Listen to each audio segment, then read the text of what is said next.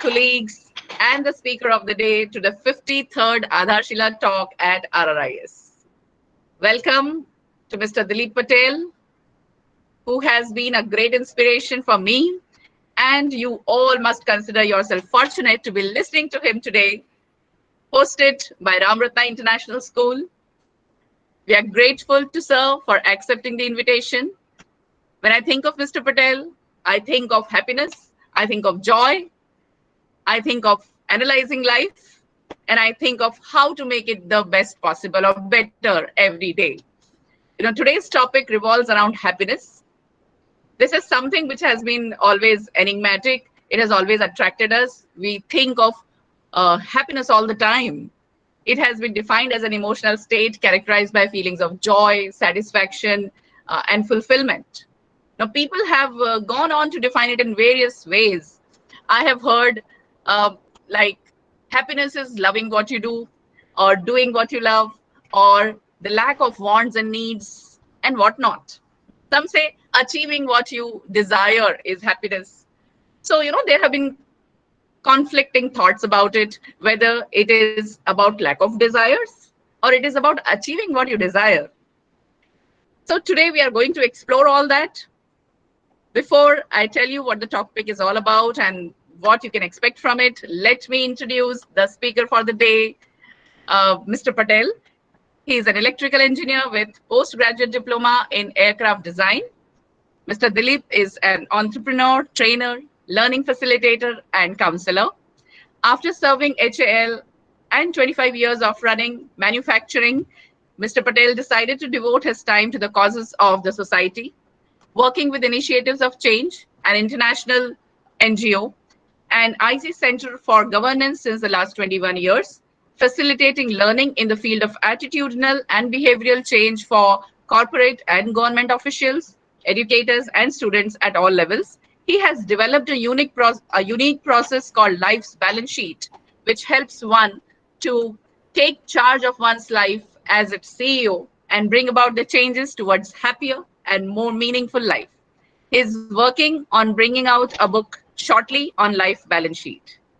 Jog with the Pot is another unique game created by him to learn in a fun-filled way the importance of character and competence in developing leadership at work as well as in personal life.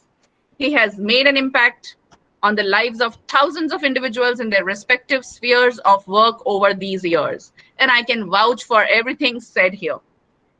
Have been one of those beneficiaries of his tremendous life-transforming processes like Life Balance Sheet, Jog with the Pot. And recently, I've been attending his programs on exploring happiness, which comes on Facebook Live every Sunday. I would encourage all the participants to join that program as well. Today's talk is to find the master key to happiness. Sir would be showing us or taking us through a journey of how our life is a continuum of processes of fulfilling our desires. What is the role of desires in our life? Do the desires remain same? What made me happy 10 years back? Does it make me happy today? Or have my desires changed? Interconnection of desires with capacity building, with competence building as a professional or as a person.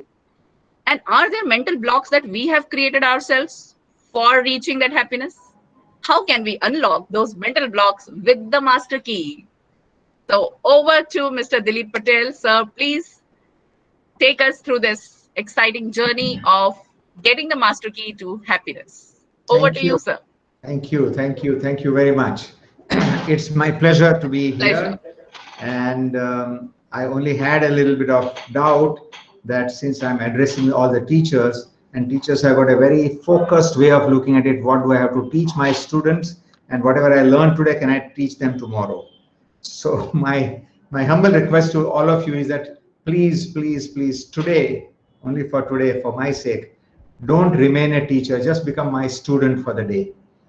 Because I'm going to give you something which you, if you can absorb for yourself, you will be able to pass it on to the rest of your students in a much more effective way. So do not just remain a post person or a postman that collect from one end and give it to the other one. First you receive it, Let it go deep inside you, mull over that, and if it makes sense, then you use it and give it to somebody else. Because to me, as rightly ma'am said, that the happiness is at the core level, and everything which happens probably has a connection with happiness. So let me ask you a very straight away one question. Are you happy being a teacher? Are you happy being a teacher? And I would like you to punch in on the chat box, yes or no. Wow. Okay. So I do see you're all happy. I think last 52 episodes have made you already happy being a teacher. So you have been building up yourselves very well. Thank you so much. I just wanted to check whether you're sleeping or you're awake. So, you know, when you put your fingers on the keyboard here and you write down yes, so you are listening to me, you are awakened. Let me ask you one question. And this question is going to be a very interesting question. It's going to be only single question. And I want you to write down 5 different answers to this. Minimum 5 answers I want. You can write more than 5 answers also. Okay. And if you have got a notebook, you want to jot down in that, you can do that. Or you are very quick in your fingers, then on the chat box, you can probably put it in. My question is going to be, and it's not a philosophical question, so it sounds like that. So my question is, who are you? Who am I? I want 5 different answers to come out with. 5 different answers. And I'll await ultimately to appear on chat box. Who are you? 5, not just 1. I want 5 answers. And each answer has to be different. Aham Brahmasmi. I am a kind person. I am a teacher. I am a girl, a teacher, mother, daughter-in-law, sister, Smita.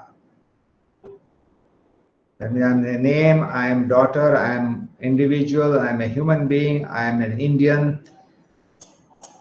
If you have written down this on your notebook, okay, I am a God's best creation, I am a nation builder, I am a wife and I am a daughter.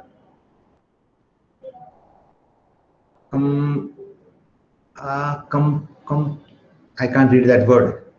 Compassionate, okay, compassionate person, mother, daughter, sister, wife, teacher. So you are not an individual. All I wanted to tell you was that you are not an individual. You are a crowd embodied within this body and the mind. You are not an individual person sitting in front of me. You are a bundled up crowd sitting in front of me. And I'm using deliberately the word crowd. So what are these 5 roles that you have written down? And if I give you a little more time, then you might be able to write even many more roles. I remember years ago when I had given this same exercise to a group of people, a very large gathering was there, I believe, in almost 20 years ago probably. But then there was one gentleman who wrote 63 different roles that he was playing in his life. 63, small and big. So I only asked you for 5 and I asked you for immediately to give out, only to tell you that you are not alone embedded into your body and your mind. You are a crowd sitting inside, more than 5 people bundled up together. The other 5, more than 5 I have not asked you, but when you sit down, you'll be able to get them. So what is a crowd? A crowd's definition would be, at best, a crowd is a congregation of lots of people come together without any common goal. Each one of them have got their own personal goal, personal destination.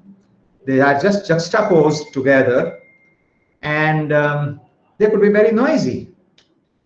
Just go to any railway station or a bus stop or any playground, and you'll find a lot of noise happening. Each one of the person on that location has his or her own destination, He or she does not bother about what the next person, the other person has to do with anything. Self-centered people. And a crowd has got a notorious background, notorious quality that at the fall of the hat, the crowd can become destructive. If one person picks up a stone and throws at a bus, there will be 10 more who will pick it up and throw without knowing why they are doing that. So that's a crowd. Three very, very beautiful qualities that I have told you. That one is the crowd is noisy, the other one is crowd is self-centered, and the third one is the crowd is a destructive congregation. And I am attaching that with you, each one of you. I'm sorry, but I'm telling you that you are not an individual, you are a crowd sitting in front of you. What does that mean? Let's understand whether whatever I'm telling you is validated or not. So you just think about it, that when you are disturbed about certain things, early in the morning you have to wake up and you have to take care of your family. You have to get the breakfast ready, probably your lunch also, some of you may be getting it ready. You have to get your people at your home, get ready, your children maybe, if they have to get ready and then get into the work. Off late right now because of the working from home, but still they have to get ready anyway.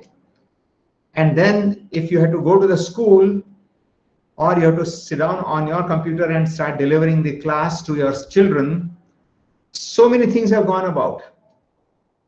And all these 5 crowd members that you spoke about, each one of them were working, trying to fulfill their own goal. And in doing so, they had a skirmishes, they had a friction with each other. And therefore the noise, the inner thoughts, the inner disturbance, the sometimes anxiety, sometimes a lot of thoughts going round and round and round, sometimes a sense of depression, sometimes sense of anger. All that is equal to the crowd, the noise created by the crowd which is inside you. And then what happens?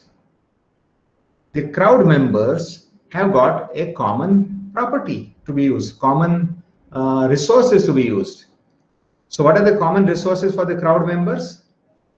Your body, your mind between the 2 ears, your time, and all your physical material that you may be possessing, which includes your money, your any of the physical stuff that belongs to you, your mobile phone, your vehicle, your home, everything which you possess, which you can truly, genuinely call as yours. That means you and you alone can have the full control on what to do with that. That is your asset. That is your resource. So these are the 4 resources, and these 4 resources are being used, or rather are being pulled and pushed by each and every crowd member to complete or to fulfill the task that crowd member is wanting to complete at that particular time. Now the time is very linear. Time cannot be stored. Time cannot be borrowed. Time cannot be lent to anybody. Time is just like a river flowing. You cannot jump into the river twice in the same river, which means that one moment is gone forever. It's never going to come back. So your time can be only supported, the time can only support only one of the crowd members at a time. Out of your 5 or 10 or whatever number of crowd members are there within you, number of roles that you are all playing, it can be utilized only and only by one of them at a time. So also the body. If you have to go to some location, then the body can be only at one moment, only at one place. But the mind, it may appear that the mind has got multiple possibilities, because between the 2 ears you have gathered all your knowledge, all your informations, all your learnings, all your experiences, all your feelings, pleasure, pain, all sort of things, right from the childhood till today. and all that is being utilized as the asset, as the resource. So this is the most important resource that the Lord has given to us, and we have built it up. We are building it up all the time, all the time. So you may feel that my crowd members are pulling and pushing that resources, which would mean that you are sitting in one location, maybe you are teaching or you are listening. Right now you are listening to me. You are in one location, so body is only in one place. Time, as I said, is a river flowing, so every moment is very important. But in that particular moment, if your mind is not with you, then you lost that moment. And if your mind is with 4 or 5 different thoughts about the 4 or 5 different members which are within you, then again it is being pulled and pushed, and none of them are going to get the full support from these resources. So that is the situation. With more and more attractions happening, there are more and more roles are taking birth within you, and there is a more and more division happening of your resources. The end result, whatever you are looking for, will get either delayed or it will never happen. And that is where, if your end result is to be happy in your life, it makes you unhappy. It's not taking you there. So with this introduction of the concept of happiness, importance of happiness, let me go about telling you that let's define what is life, basically. And when I put this word life is on the Google Baba, nowadays everybody goes to Google. So you can also try this out, that you just go to the Google and then put life is and then press the key, press the return key. And if you look for the images, then your whole screen will be full of fantastic, beautiful statements made by people right from 2,500 years ago, Socrates, Plato, onwards till today. And they all would have defined life in a beautiful way. Every one such statement will make a huge sense to you. And then, of course, some artists would have put it into a nice framework, nice format, a nice placard or a nice poster, and you would love each one of them. And each one of them will make you start thinking. So when I did that, I was fascinated. But I learned 2 things out of that. I realized that life is not a scientific formula. If it was a scientific formula, then I would have only got one answer. A plus B whole squared is equal to A squared plus B squared plus 2AB. That's all. There cannot be 10, 20, 30, 100 answers for that. But since I got hundreds of answers, that means it is not a scientific formula. That was my first learning. The second learning was that each one of the persons who has put something beautiful about life have put it up based on their own learning, their own understanding. And that gives me also a license to put across my own way of looking at life. And therefore, that also gives you each one of you a license to put across the life in your own words, the way you have experienced. So let me put across how I put it, life. And to me, life is the continuum of the processes of fulfilling one's desires. Let me repeat again. Life is a continuum of the processes of fulfilling the desires of individual person. And now I already told you that you are not individual, you have got a crowd within you. That means each of the crowd member has got a desire, and each of the crowd member is trying to fulfill those desires, and the whole process is life. So if you look at other way around, what if you do not have any desires at all? Maybe you will be Buddha. Because Buddha had the last desire also when he dropped under the tree, Bodhisattva tree. Then he gets the moksha, nirvana. So if you have no desires left, then you are Buddha. Otherwise you are Buddhu. From Buddhu to Buddha is the journey we all are on. And between Buddhu and Buddha are all full of desires, full of desires. When do they begin?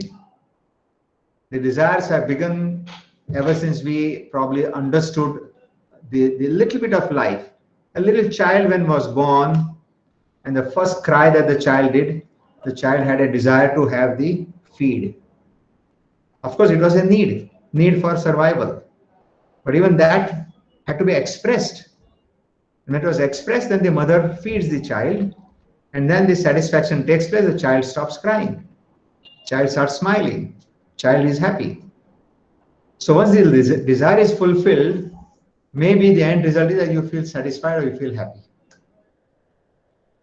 But then as the child started growing and started interacting with the world around, watching what is happening, listening what is being spoken about, the child started having desires. So nobody is born with a desire, let me tell you. We start acquiring desires. And once we start acquiring desires, the desires need to be fulfilled. So we start working to fulfill them. And that process builds up our life. And the beauty of the desires is that they don't remain constant. They keep on changing, they keep on increasing, they keep on altering. Sometimes you drop the desires, sometimes you acquire new desires.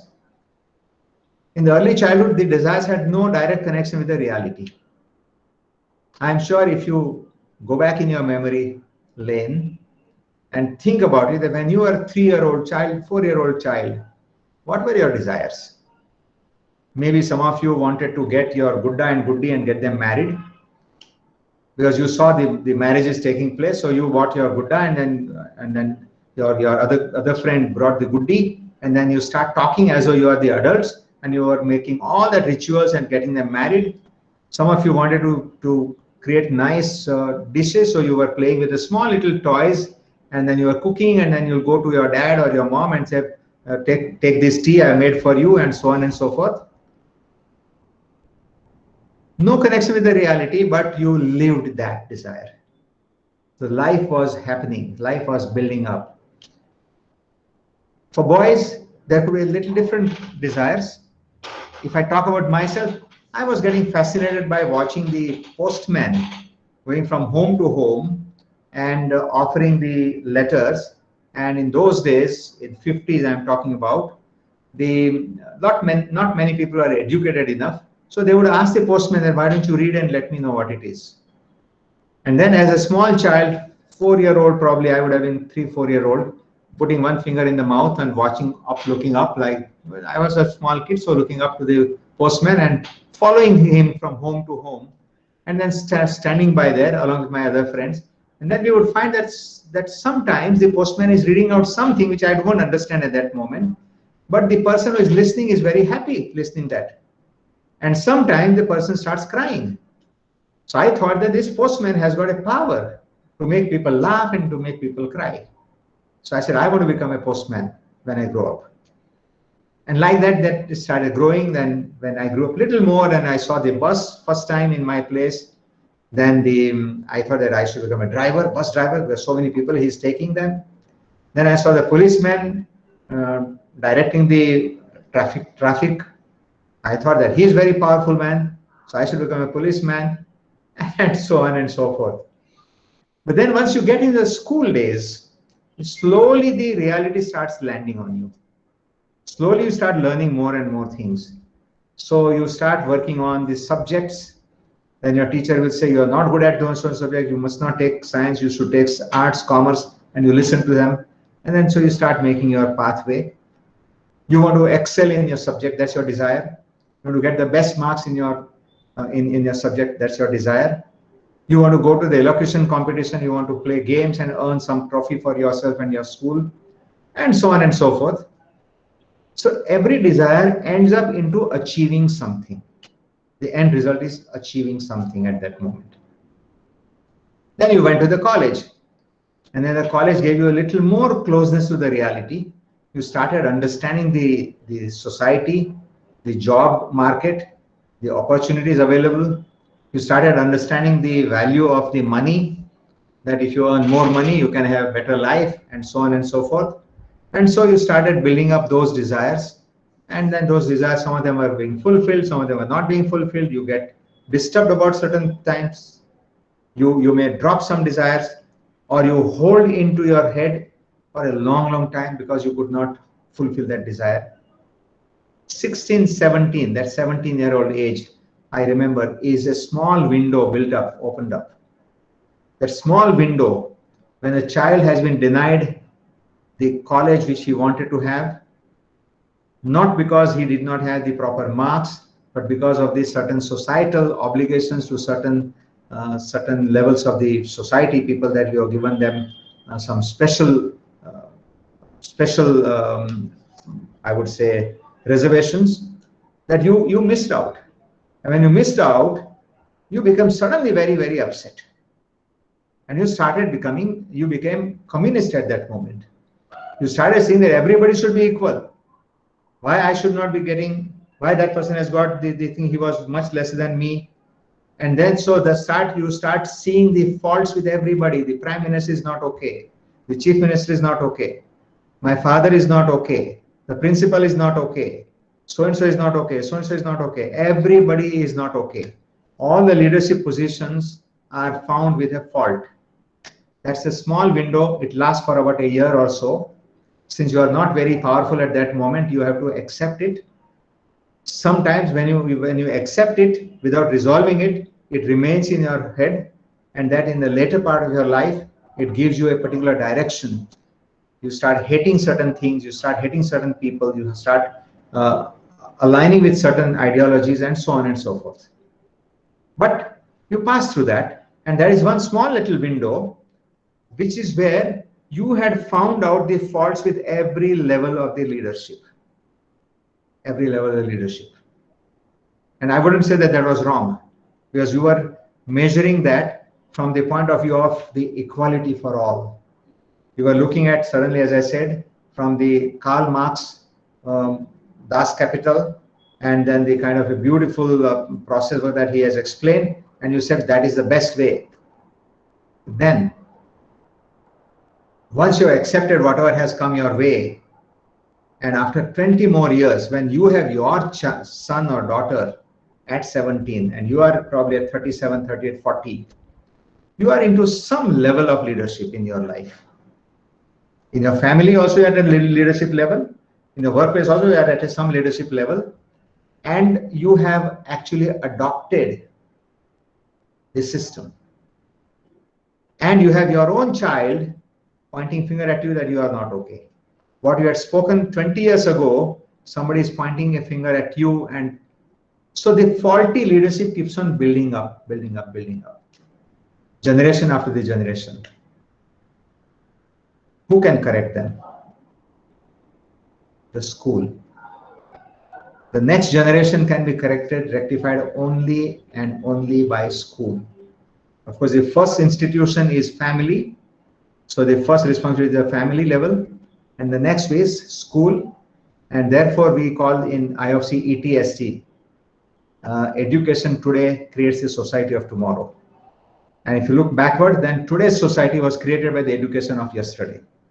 And if there are flaws found, then certain amount of blame has to be taken by the system.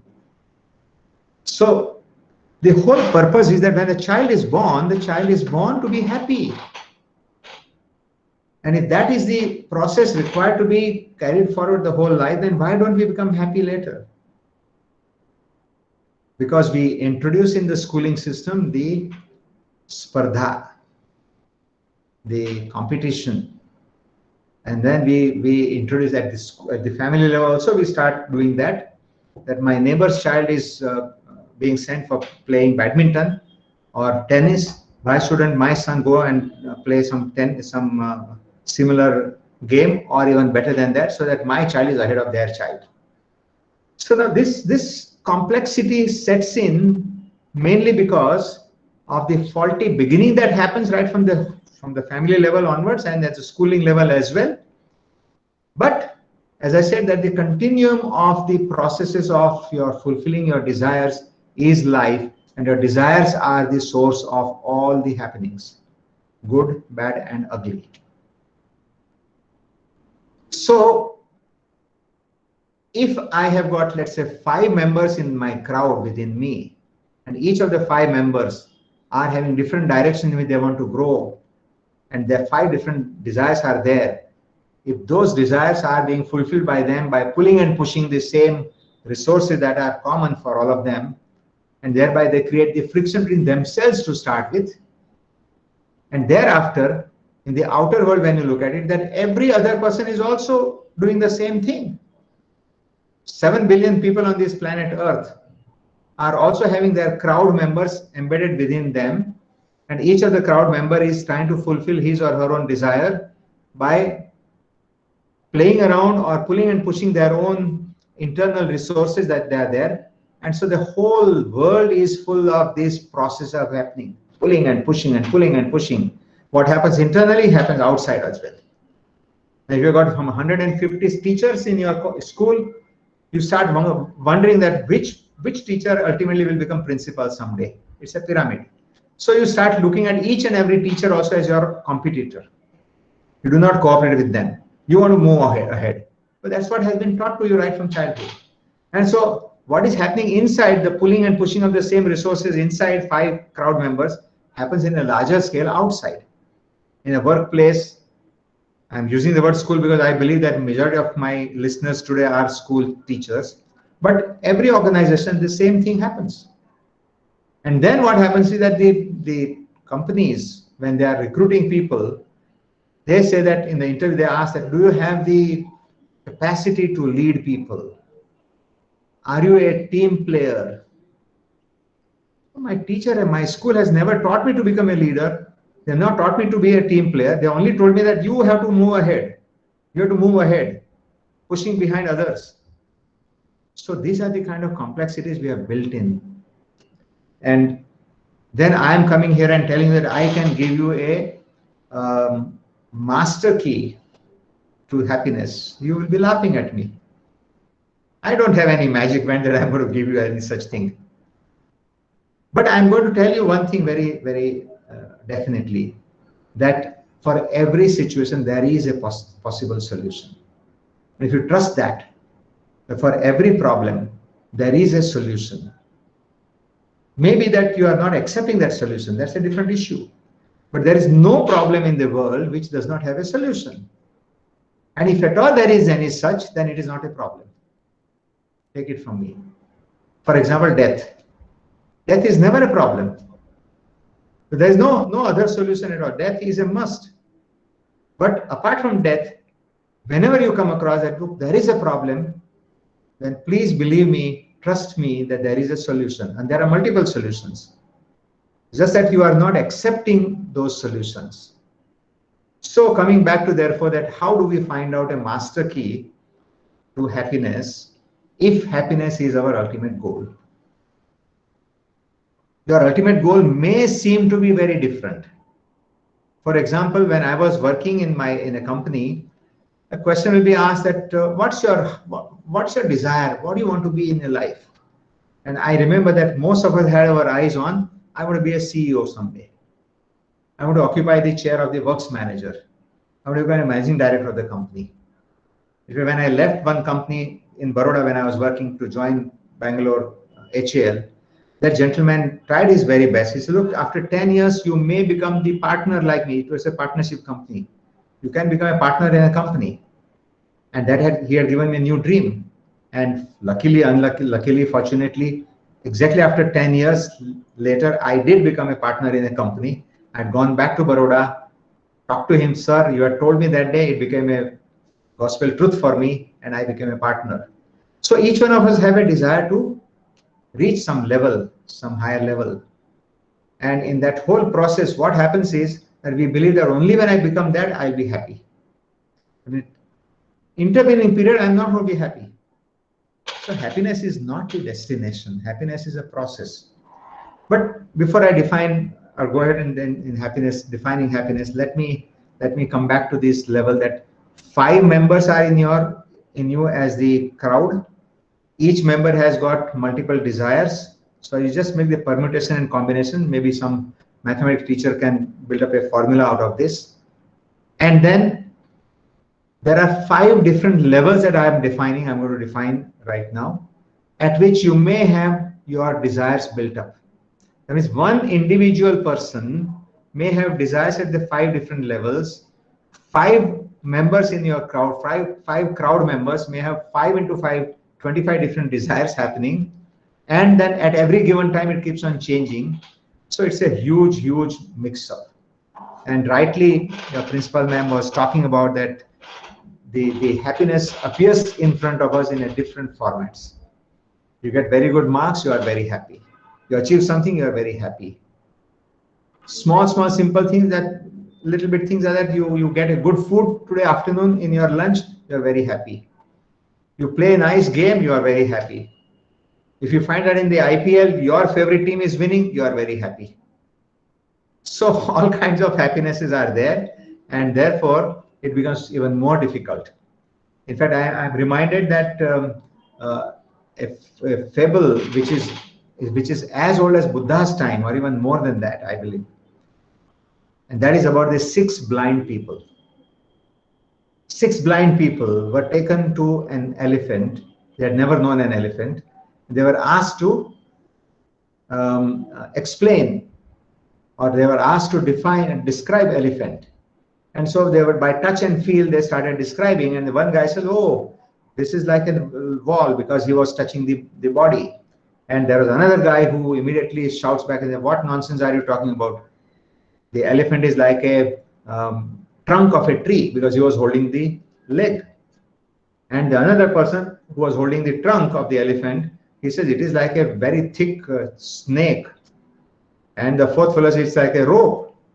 You are holding the tail. And they started fighting with each other. Each one of them had known a part of the elephant by their personal subjective judgment. And therefore, there was a fight going on. Happiness also happens like that. Each one of us have understood happiness in a very subjective manner. Because on one hand, we understand and we believe that every person on this planet Earth wants to be happy in his life or her life. I'm yet to come across anybody who says, I want to be unhappy in my life. And yet, no school, no college, no university is teaching you what is happiness. And it doesn't mean that you don't know what is happiness. You know it, but you know only to the extent of your subjective judgment, personal experience, small little portion. You are also like a psychologically blind person who has experienced happiness in certain form, and you think that is happiness. And therefore, there can be fights. So the whole elephant called happiness has to be understood, has to be learned, and my interest started off about 20 odd years ago in that. There have been people who have done PhDs on happiness. There have been various people who have described happiness. They have described the happiest person on the earth. They've tried to put the probes in the brain and then found out there were certain kinds of brain waves. When they are found out, then that person is the happiest person. So various ways in which it is described. We will not go into the detail because the time constraint is not going to lead me. But I'm going to tell you that what are the 5 levels at which we need to break the locks. I want to use the word lock here because if you look at it, that while fulfilling your desires, you come across the friction with somebody within your crowd members and outside within the other people, within your family or within your workplace or in the society. And therefore, it is bound to be that somewhere or the other you get blocked. You can't move forward. You get blocked, and that becomes your lock. You remove the B, so it becomes a lock. So every block is a lock for you, and you have to open that lock to move forward. Now imagine there are some 20, 30, 40 different blocks you are coming across at a time. And I'm sure if you sit down for about quiet time for about half an hour, you'll be able to recognize so many blocks which are right now in your life. Maybe with your children, maybe with your bosses, with your parents, with your neighbors, with your prime minister, with your chief minister, with your everybody, you'll have some block or the other. If you make up that list, and let's say 40, 50 blocks you're right now struggling with. So what will happen is, depending upon the urgency of a particular block that you want to open, you will start looking for the various keys which you are carrying in your pocket. And you keep on trying which key will work, which key will work. You may spend a lot of time. And time is one thing which is not available to us in a long, long way. We all have got a limited time. So sometimes you are struggling with your own husband, with your own daughter, with your own neighbor for years together, months together, and you're not opened the block. Sometimes you are struggling with your students, and because of students' parents, and you're not going to open the block because you are struggling with various different keys, you're trying it out. So how nice will it be if you had a master key? That one key opens all the locks. I mean, that's how the master key is defined, isn't it? So would you like to have, or rather, would you like to create that master key for yourself? If you want to create, put yes in the chat box, so I know that you are listening to me also, and you are, of course, ready to work on that. Only one person, Principal Ma'am says yes. Oh, now there is one more. Okay, Sharon, Veena, Yashaswita, Priyanka, Pooja, thank you, Nisha, Vandana, Amar, Deepa, Purva, Sarika, Rahul Devji. Self-awareness is a key. Wow. So let's work on the key, but before that, let me tell you that how does a key look? Navtar locks, you would have seen Navtar locks, Godrej locks, 7-lever key, 5-lever key. So you can imagine there is a key which has got 5 notches. Is that right? So it's a 5-lever key, and I'm going to talk about creating a 5-lever key as a master key. So let me just make a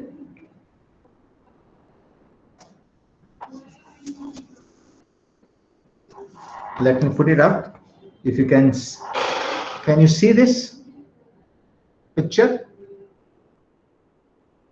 So there are 5 notches, and each of this notch, when it matches inside the lock and pushes the lever, then it will open. So which are these 5 notches we struggle with in our life? Number 1 notch is yourself. You yourself are a block. Many times we are struggling with ourselves. I find somebody has shown the hand, but can we take the questions at the end so that my flow of thought does not get affected? Atulji, I see your hand there, but can somebody else receive the questions if they have? Yes, sir, we can ask at the end. Do not worry about it. Yeah, you can ask for questions at the end, and it could probably be a mistake too. That by mistake sometimes we click on raise hand. ठीक है. So the first notch is about ourselves. Am I blocked to myself? Let me explain to you. On 31st of December, you sit down with your New Year resolution. And you have been knowing that of late you have been little slowing down. You find that you have put on little extra weight. You find out that people are telling that you must reduce some weight. You find that therefore you should start doing some exercises. You must start jogging and doing something. So you put it down, number 1 requirement. From 1st of January, I will go and walk 10,000 steps, or I will go and do so much of jogging and running. Now what happens on 4th or 5th of January? So you are a block to yourself. You are promising to do something for yourself and you are not doing. That's a block. And this can be in different ways. So if you somehow did not let this block exist for yourself, whatever you decide for you, and you are able to do that, then what is it that is likely to be the end result? The end result of you not creating or not having any block with yourself is that you become a healthy person. And the health is not just physical. Your well-being happens. Physical, mental, emotional, social, and financial health. All that is possible with you unblocking yourself. And I'll speak about it little later further on this. But please keep in mind that you cannot ask or cannot delegate somebody else to do jogging for you or to dieting for you and you get the health. So if you want to be healthy, then you have to work for yourself. You have to unblock yourself. Number one. So first notch that we need to build up is for unblocking yourself. The second one comes is your family members. Because your family is the closest to you. And it's very interesting that none of the family members you had chosen. And yet they are the closest to you. You did not choose your parents. You did not choose your children. You did not choose your brothers and sisters. And yet you are the closest to them. So the Creator has created that as your source of happiness. At the end of the day, we go back to our family and that's where we feel the solace. But then there is a mantra for that. And the mantra for getting your solace, mantra for your joy, the happiness at your family level is that your involvement, your interactions with your family members are supposed to be unconditional. Unconditional, absolutely. That's what brings the joy. But then you just look at it. A little child is at home, very loving child, 2 years, 3 years old, loves chocolate. You're going home in the afternoon, evening, after finishing your work, and you pick up a chocolate because you want to give that to the little one. And then the moment the door opens, the child comes rushing towards you and you pull out the chocolate from your pocket and then you show it to the child. The moment you show it to the child even comes even more, running faster. Then you hide the chocolate behind you and then you say, now the moment you do that, condition applies. If you give me puppy, I give you chocolate. And then that condition starts growing. The child goes to the school, gets some complaints from the teachers. Then the mother will say, look, I'll not give you food unless you finish up this homework. Conditions apply. Little later, child demands a cycle. Get good marks in mathematics, I'll get you cycle. Get first rank, I'll send you to your grandmother's home. Conditions apply. And we build up the conditions in our life where it is supposed to be an unconditional coexistence. So that is the second level that we need to build our liver. Third level is your workplace. The workplace from where you are getting your mullah, because that is the one which runs our physical world. And if you are earning your money from there, you have certain conditions. It's a conditional process. It's a transaction happening. It's a contractual process happening. And that is where you start breaking the contract. You start breaking the conditions. You're supposed to be there at 9 o'clock, 9 to 5, you're supposed to work, and you go at 9:30, 10 o'clock. You've got various reasons. You're supposed to do certain work in certain rules and regulations, and you break them.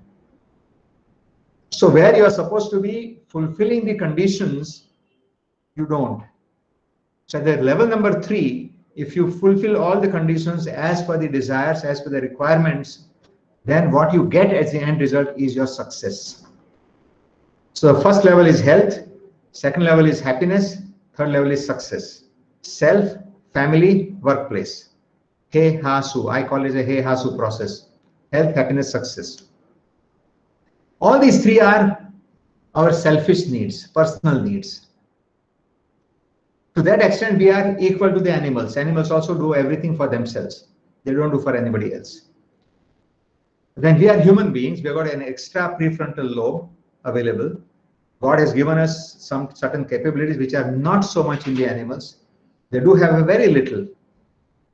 So human beings can think, human beings can imagine, human beings can store the memories. And therefore, there is something beyond us, beyond this he, ha, su. And what are those beyond that? The fourth level, the fourth lever that we have to overcome is our societal identity. In the society, we have multiple identities. At home, you are a family person. At school, your identity is you belong to so and so school, RRIS. Within that, you are a physics teacher, you are a mathematics teacher, you are a science teacher, so you have got identity. Go beyond that, you may be belonging to a particular religion. So you could be Hindu, you could be Muslim, you could be Christian, your identity. Beyond that, you can also say, I'm a Mumbaikar, I'm a Bangalorean, I'm a Hyderabadi, again another identity. Go it larger, you say, we all are Indians. That's an identity. And human being needs an identity. Human being cannot exist in isolation. And each of the identity group that we belong to, and we all belong to multiple identity groups. And in every different identity group, there are set norms of that identity group to which you belong to. And if you fulfill those norms, then you are a proud identity person. That means you and I could be a proud Indians if we fulfill those expected norms to be a good Indian, good countryman. Swachh Bharat, if you take, for example, if you keep on dirtying our place, spitting here and there, throwing things around, we are not a proud Indian. We are Indian still, okay. We are not a proud Indian. So the pride is the end result if you fulfill the expected norms of the identity group. So in a general terminology, I call it a society. Society has all kinds of identities, and we belong to various identities. So the fourth level that we need to unblock ourselves is in the societal level. And the fifth one, the last lever, is the environment. And for last 200 odd years, we collectively across the globe have really literally destroyed the environment, not knowing that our lifeline happens from the environment. And today we are at the edge where perhaps in the next few decades, probably 100 years or so, as the scientists, pessimistic thoughts are coming in, that the human beings can be wiped off if the global temperature goes beyond 2 degrees Celsius. It will start killing all kinds of life sustaining processes, life sustaining insects. They'll start getting destroyed. The chain will be broken. And when the chain is broken, then you will not even get your food. And then slowly and steadily, the human beings will not exist. And that is because we have created a lot many blocks with our nature. So if you are able to unblock them, then perhaps we can ensure our grandchildren or great-grandchildren their ability to survive. So sustainability is the end result if we are able to unblock ourselves with respect to the nature. So now these are the 5 levels, and then there are 5 or more than 5 internal crowd members. Then there are external lot of people, and so it's a huge complex thing. In that, how do you get a master key? So I remember when I was training some 20 odd years ago in Larsen & Toubro in Bangalore, I was supposed to train there all the officers, and I was asking them, what are your desires? I was just building up randomly at that time. What are your desires? And then they started talking about my desire is to become general manager, my desire is to become millionaire, I want to have a car. So desires could be about 4 or 5 different kinds. You can want to be somebody. You may want to have certain things. You may want to do certain things. So 4 or 5 possibilities are there, but I would pick up only 2. One is you want to be somebody. That means position. Oh, I want to be principal of the school. I want to be manager of the or general manager of the factory. I want to be chief minister. I want to be prime minister. I want to be president. Anything. We love to build up our position.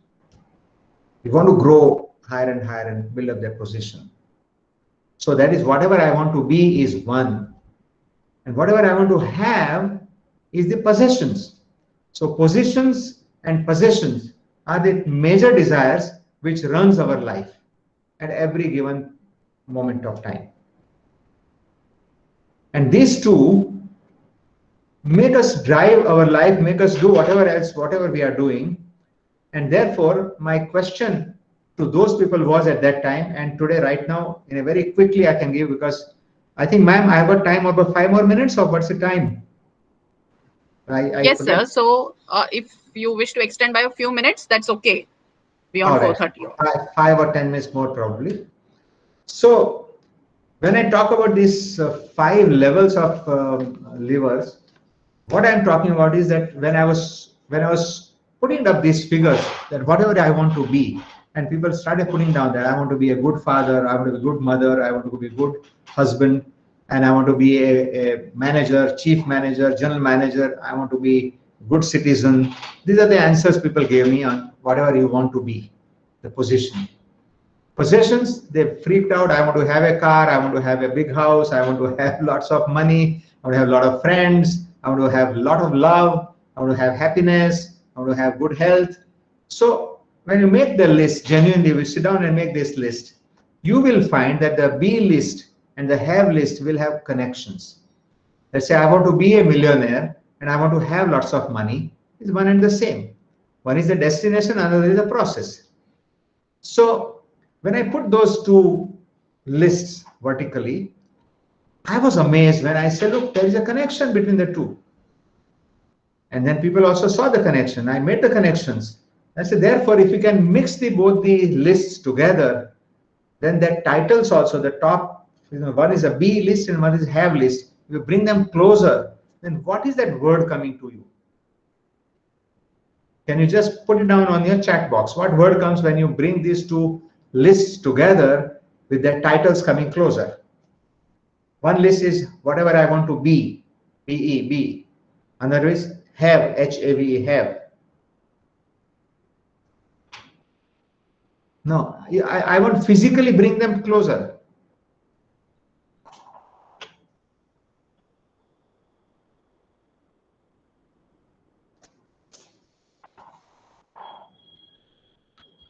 One list is be, I want to be somebody. Other is have. And when you bring them closer, what word comes out? Behave, behave. That's the master key. Whose behavior are we talking about? Yes, Maya ma'am. Yes, behave.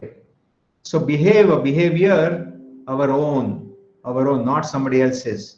Because we have no control on somebody else. I've got control on my own behavior. So my behavior is the master key.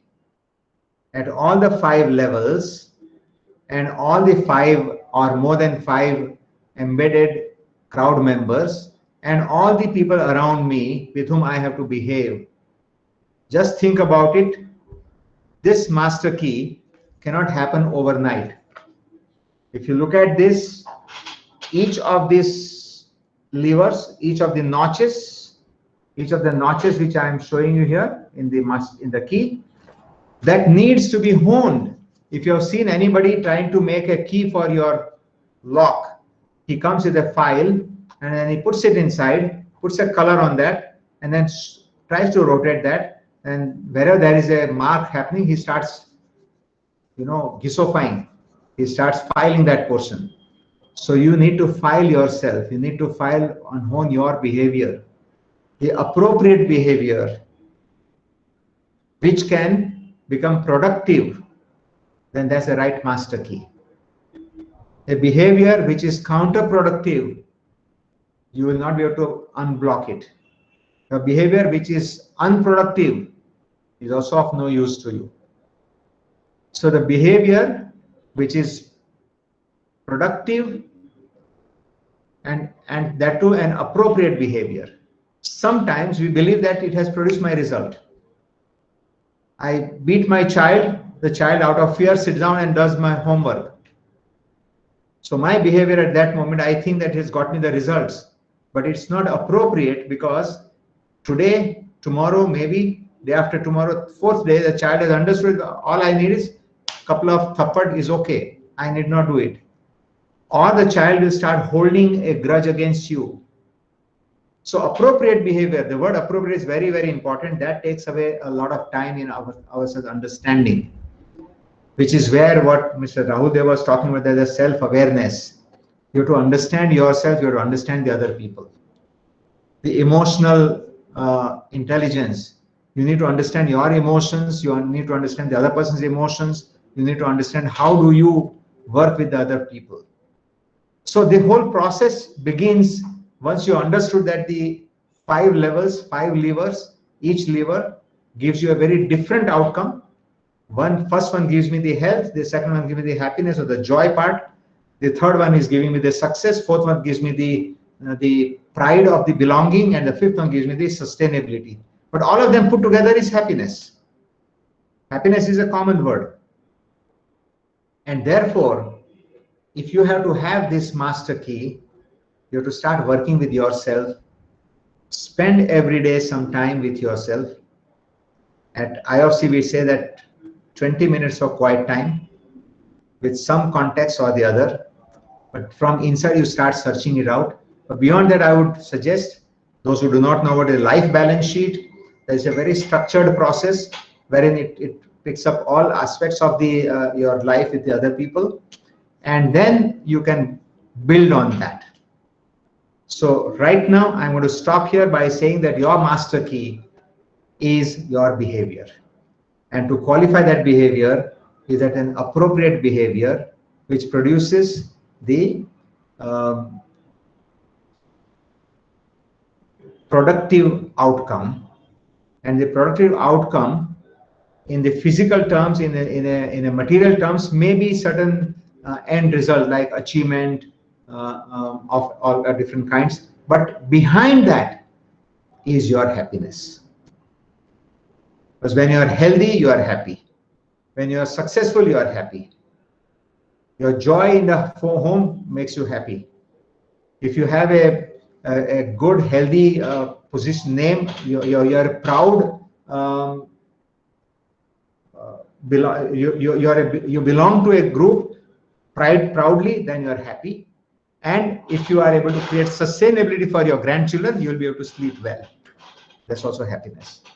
So I'm going to stop here, and if there are any questions, I'm willing to take. Any? Thank you, sir. This 1 hour was full of insights.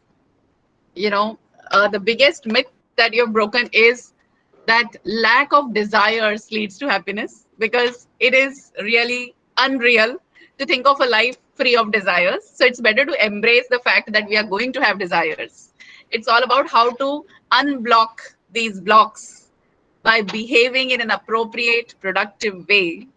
I think it was an exemplary description of each individual component, each lever also of that key.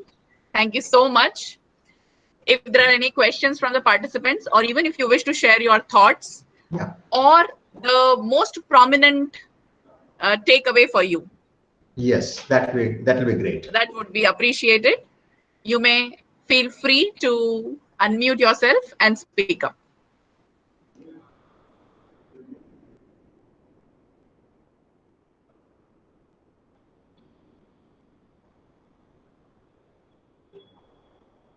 Hi, good afternoon. This is Pushpendra here, the librarian. Yes, Pushpendra ji, आप अपना दीदार भी करा दीजिए. Sir, I'm not in a position actually to have a video call right now. Okay. Because it's pretty hot here, so I'm sorry about that. No problem. But yes, so basically, I really liked the flow of your conversation, which was really friendly, and it says a lot about how you live your life, which is very practically. And there is so much of wisdom packed within this 60 minutes of time frame that you have utilized. There is no one particular takeaway, but I've gained a lot more by attending this session with you, and I'm really looking forward for Sunday's session, which ma'am has suggested, and really looking forward, sir. Thank you so much. It happens alternate Sundays, not every Sunday, but alternate Sundays. Yeah. Okay, sir. Thank you, sir. 11 a.m. Thank you. every alternate Sunday. Yeah. Thank you. Thank you.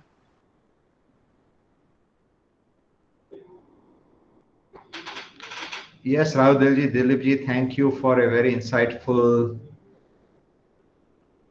Thank you, sir. Rahulji, why don't you unmute and speak up?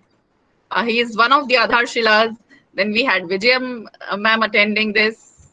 She's another Adharshila. Rahulji, if it's possible for you to switch on the camera and if you could unmute yourself and share a few words. Namaste.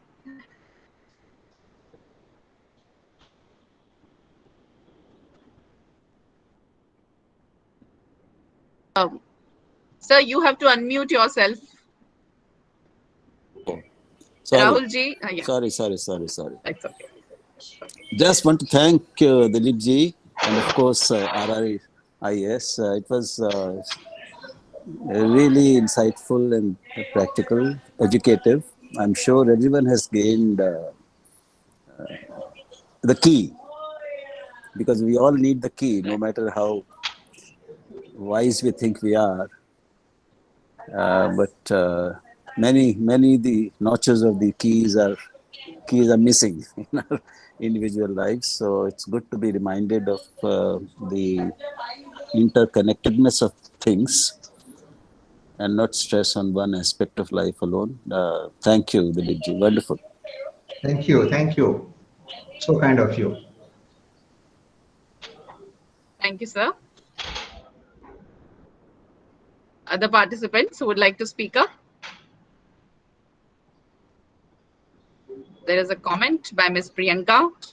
She says, keep your desires uplifted and be passionate. In the whole process of the being, desires. in the whole process of being passionate, make sure that others are also keeping their desires up and they are also being passionate. And if there are frictions, then you have to resolve them. They are the blocks. So how you manage and meander, that's important. That's true. I'm reminded of, I used to go to one Swamiji. I spent a lot of time, 4 years with Swami Sukhabodhananda in Bangalore at a very close level. And so he used to tell us very nicely that one gentleman came to him and says, Swamiji, what to do? I get headache every night. So he said, what are you doing? He said, I'm a bus driver.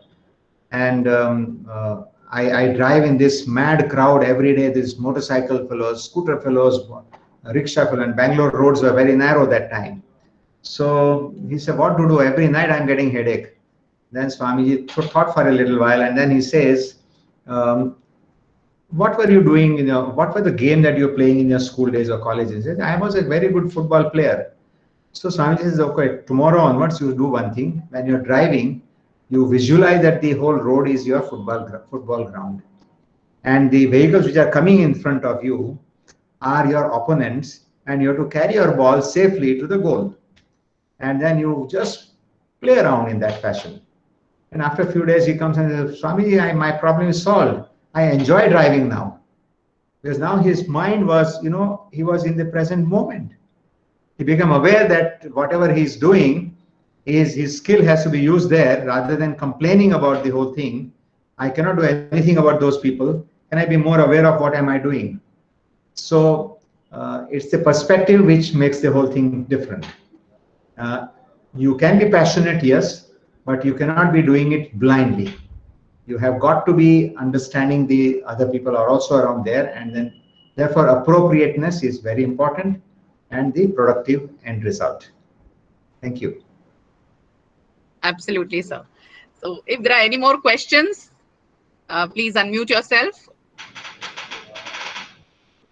Yes, somebody, Pushpendraji says a book suggestion that I am currently reading and loving it is like said, looking forward, 50s, if nevertheless, the happiness curve, why life gets better after 50. Yes, of course. I am at 70 now. I am 71 and life is getting even better. So you are right. Lovely. So this is a book. Fantastic. I would look out for this book. And I would also suggest to teachers to read Happy Teachers Change the World by Thich Yes. Nhat Hanh. Yes, happy teachers change the world.